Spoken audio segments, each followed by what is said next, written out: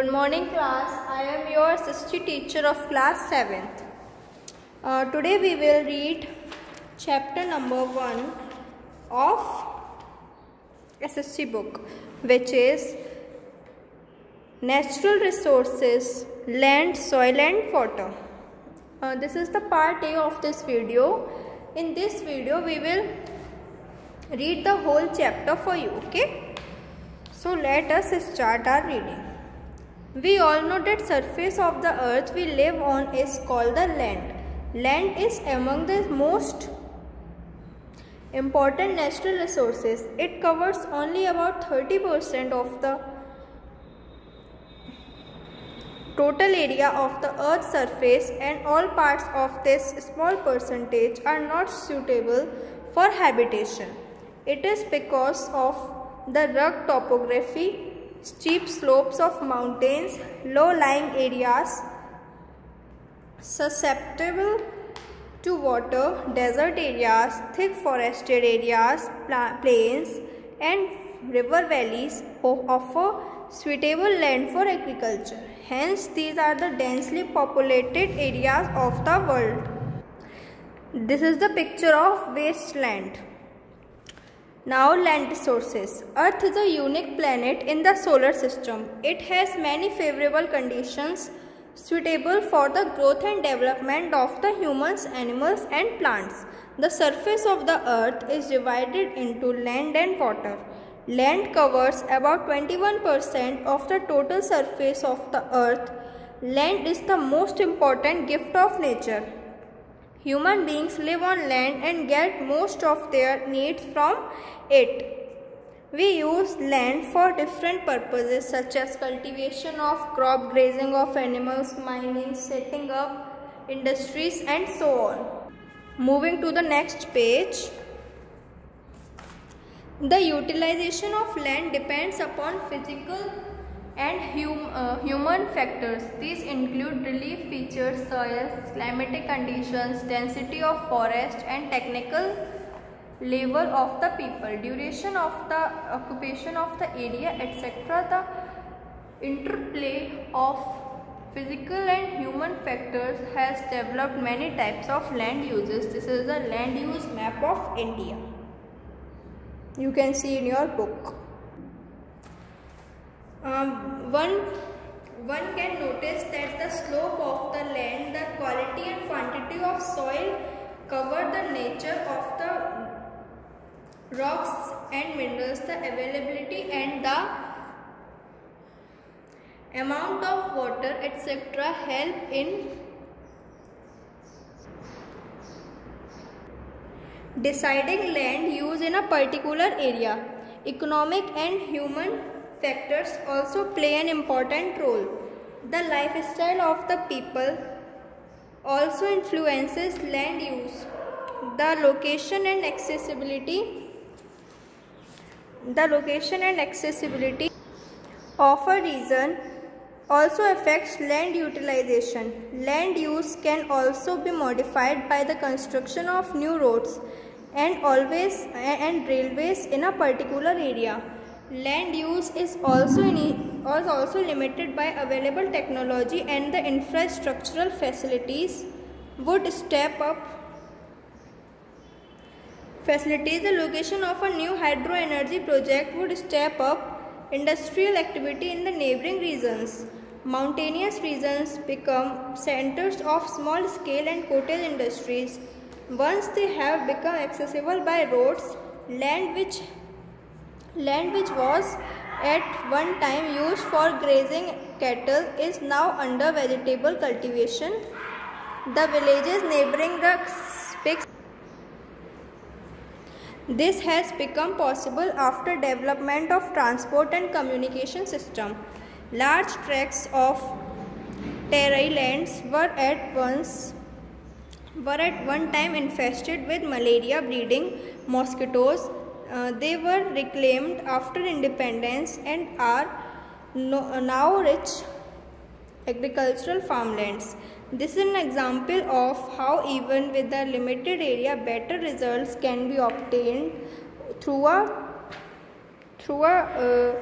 Proper land use, land utilization in India.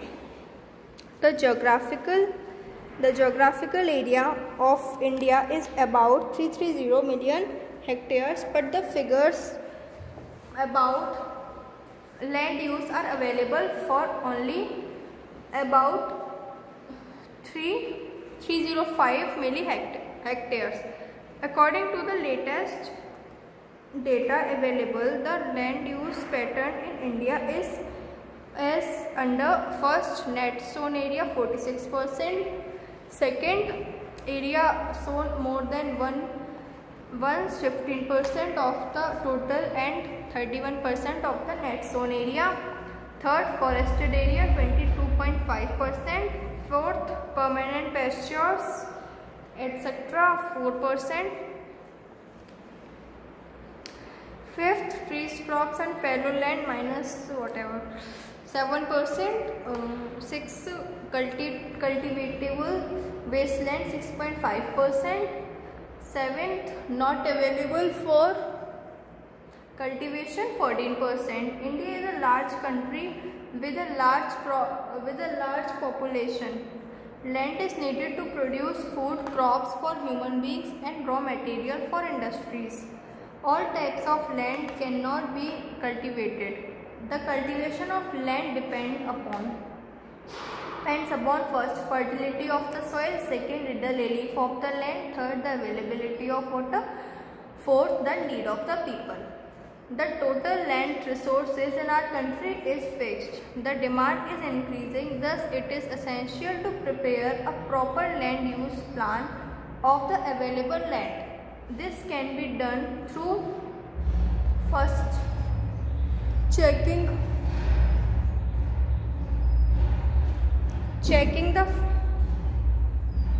further spread of deserts, second, adopting scientific techniques, third, conserving soils and forests, fourth, providing irrigation facilities, and fifth, increasing the use of manures and chemical fertilizers. Soil resources. Soil formation is the result of breaking down of rock materials over thousands of years. Weathering by wind, rain and frost breaks down the rocks into minute particles that are washed down by streams and rivers. Besides mechanical weathering, rocks are also split by chemical weathering. Oxygen and carbon dioxide contained in rain and acid in the soil attack rocks, dissolving their components. The roots of plants cause biological weathering. Man, including animals, have depended upon soil for their sustenance since the days of early farming, while the early farmers depend upon the natural fertility of the soil. Modern farmers replace the lost fertility by compost as well as chemical manures. The following are the major soil types found in India. Alluvial soil. The plains of the Himalayas, rivers Ganga, Sutlej and Brahmaputra and their tributaries have been bringing down soil and depositing it on the northern plains for thousands of years. About 40% of land area in India is made up of alluvial soils. The plains of Gujarat and the deltas of rivers Mahanadi, Godavari, Krishna and Kaveri are also made up of alluvial soil. Alluvial soil is a mixture of sand, silt and clay. Proportion and grain size varies over the different regions. Near the foot of the mountains and hills, soil particles are large. Some alluvial soils contain granules within them. These soils are referred to as old alluvium or khadar. Soil is more fertile. Most alluvial soil need to be enriched with nitrogen-bearing chemical fertilizers. Produced from alluvial soil, plains feeds nearly half the country's population. At some places, there are large tracts of plains half the country's population. At some places, there are large tracts of plains where the soil is alkaline. These tracts are not suited for cropping. Agricultural research is in progress to identify crops that could be grown in such soils. The problem, however, is compounded by the fact that most areas with alkaline soils receive scanty rainfall. Layers of soils.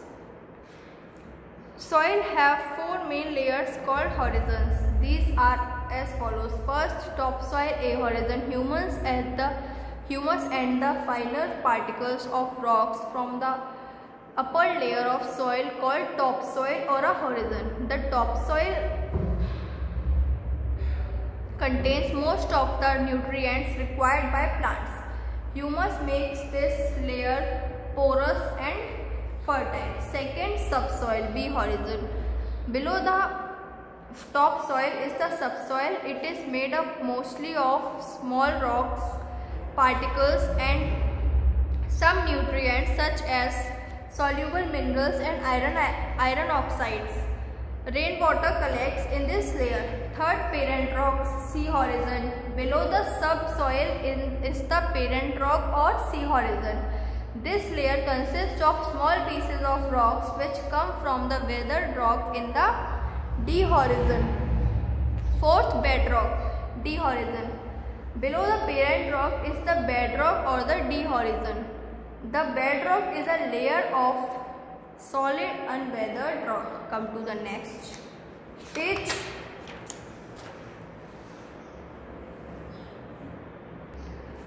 Soil problems. India's soil suffers from the following problems. A. Erosion. The top layer of the land has to be prevented from being eroded by natural forces like strong winds or rainwater. This is done by planting more trees and making bunds on the farms to prevent flow of soil during the rainy season. B. Lack of fertility. The nutrients consumed during cropping have to be replenished by organic and biomanures. Chemical fertilizers have to be used only in combination with compost and farmyard manure. C. Excessive irrigation. While large tracts of land acute shortage of water for irrigation, many areas suffer from problems arising out of waterlogging. Excessive irrigation brings the salts otherwise lie in the lower reaches of the soil to the top. Their concentration makes the soil unfit for agricultural operations. It is estimated that nearly 16 million hectares of fertile soils have been suffering from salinity caused by waterlogging. D. Unplanned use. Arid and infertile soil regions should be used for setting up industrial units. Areas that possess rich fertile soil should not be allowed to be grabbed for developing housing colonies. The variety of soils available in the country is a distinct advantage for growing variety of crops combined with varieties of climates. This advantage can be exploited for making India self-sufficient in matters of food grains production, and also an exporter of a number of agricultural products like fish, fresh fruits, flowers, vegetables and cereals like basmati rice. We must manage our soil scientifically and with a thought for the future.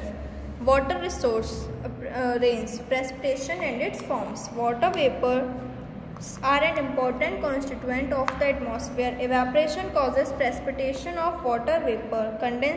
Condensation causes precipitation. Precipitation refers to the deposition of moisture in the atmosphere in the form of dew, frost, rain, hail, or snow. The direction of winds at any given time greatly influences precipitation. Winds like monsoon that blow from oceans and seas towards the land contain large quantities of water vapor. They cause much precipitation. Winds blowing from land masses do not cause much precipitation as their moisture content is low. Air currents rising upward as in equatorial zones, the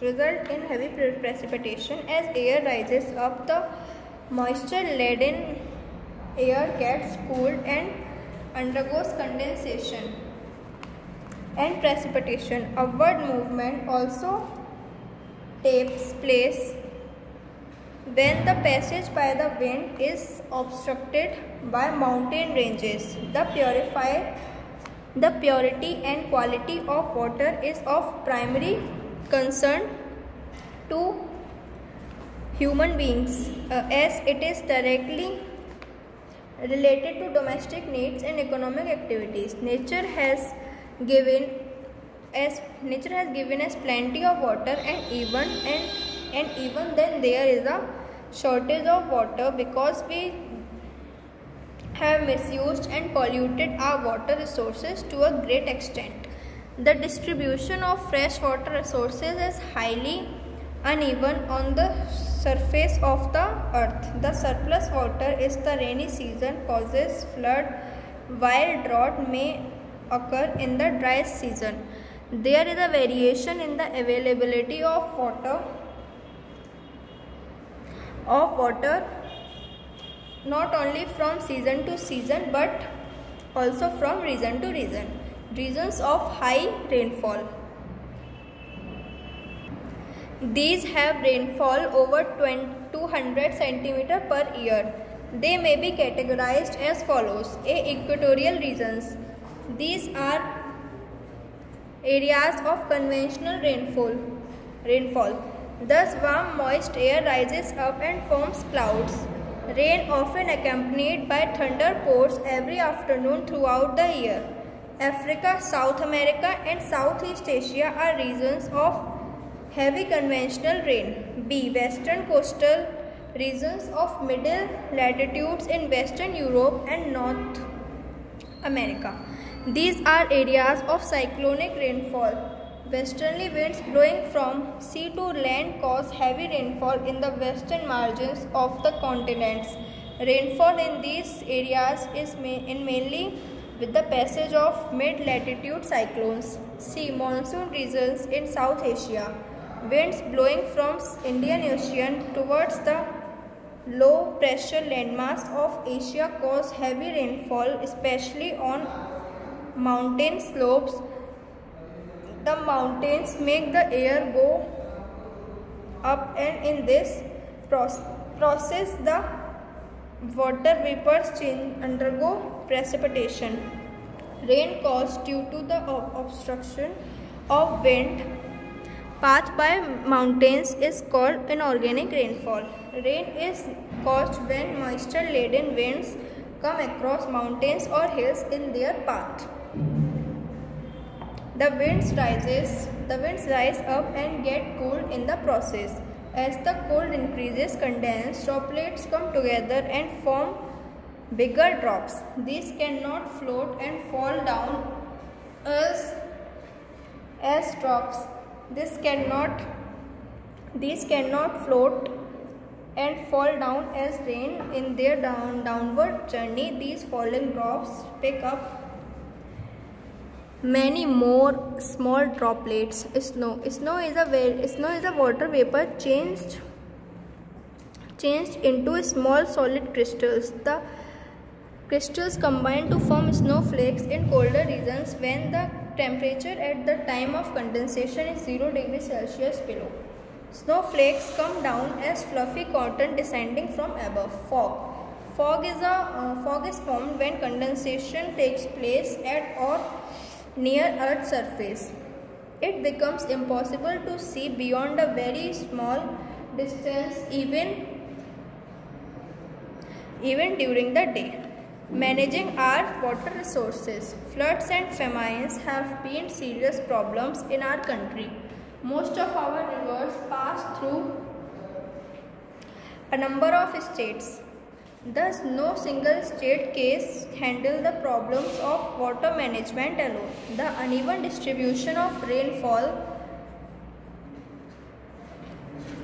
also creates many problems. The rivers do not have the same amount of water throughout the year.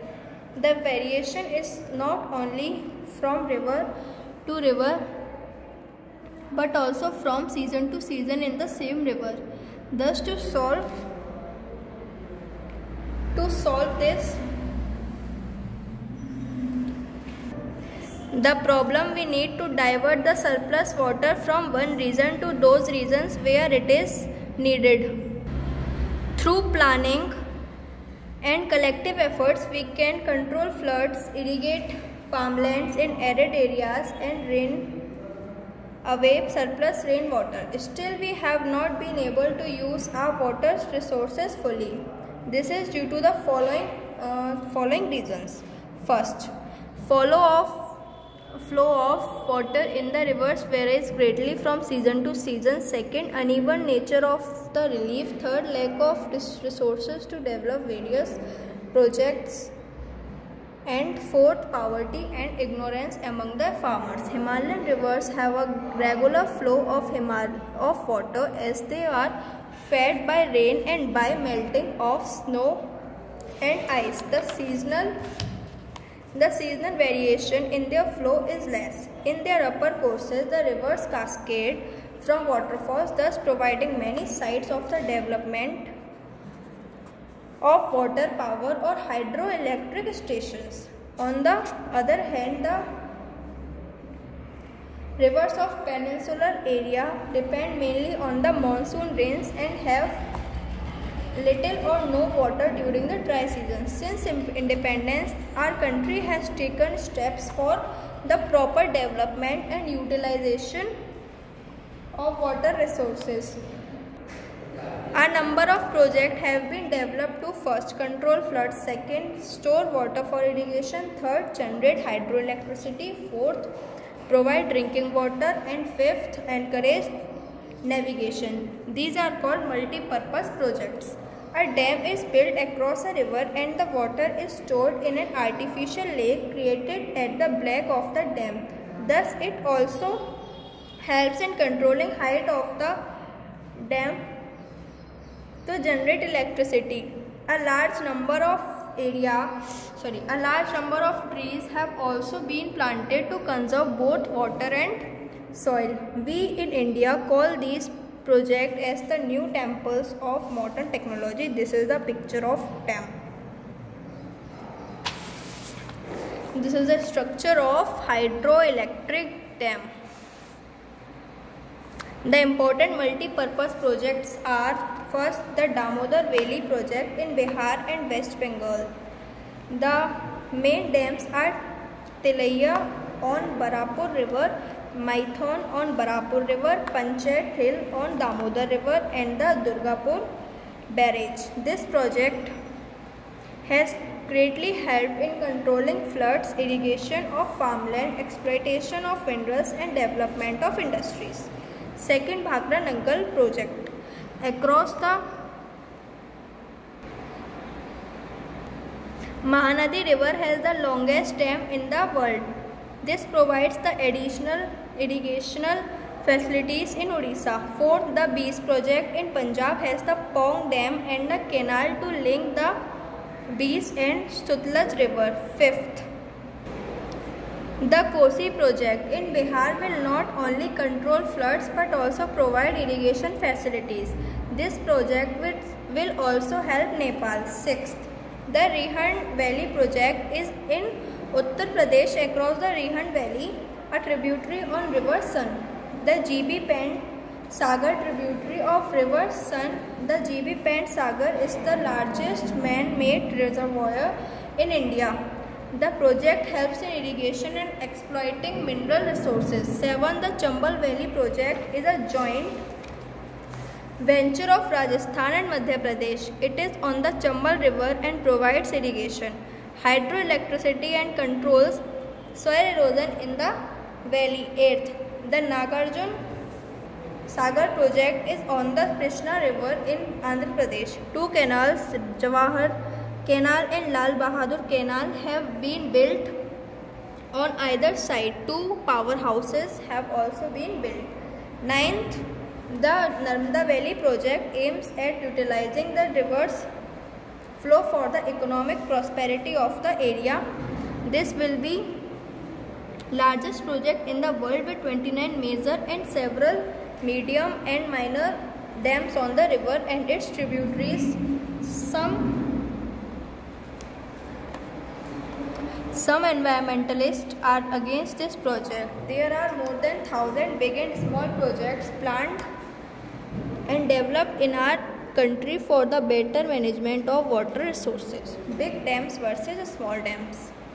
The multi-purpose projects were at one time regarded as the temples of modern India. The construction of big dams has now become a matter of controversy. A large number of people are displaced when their homes and villages have to be submerged for creating huge water reservoirs and digging canals. They have to be compensated and rehabilitation necessities availability of surplus land which may not agree to shift to those strange sites where lands may be made available to their families. This situation creates human problems which cannot be ignored. The resistance gets support from non-government organizations as work remains suspended. This cost escalate. In some cases, the erection of dams is contested on technical grounds. The proposed dam may be in an area that is in seismic zone, while the government may find the site safe from the viewpoint of earthquake at the dam site could result in a huge disaster in case the dam bursts over, flooding the neighboring habitations. The Narmada and Tehri projects remain involved in such controversies. Yet another objection of big dams is that the projection with respect to their life are not coming true. As a result of setting, their water storage capacity is getting reduced year after year. There are not straight answers to whether we should go in for big dams or small dams. We need both, but the decision should be guided by national interest with due regards to rehabilitation of the people and flora and fauna. The poorest, what is flora and fauna? Flora is the flower category and fauna is the animal category. Okay, the poorest people should be the first to benefit from development projects. This is the big dam and small dam. Okay, now here you have to read Let's Wrap Up. So here the reading of the chapter finishes. In the next video I will explain this chapter. We will do the explanation of this chapter. Thank you class and have a nice day.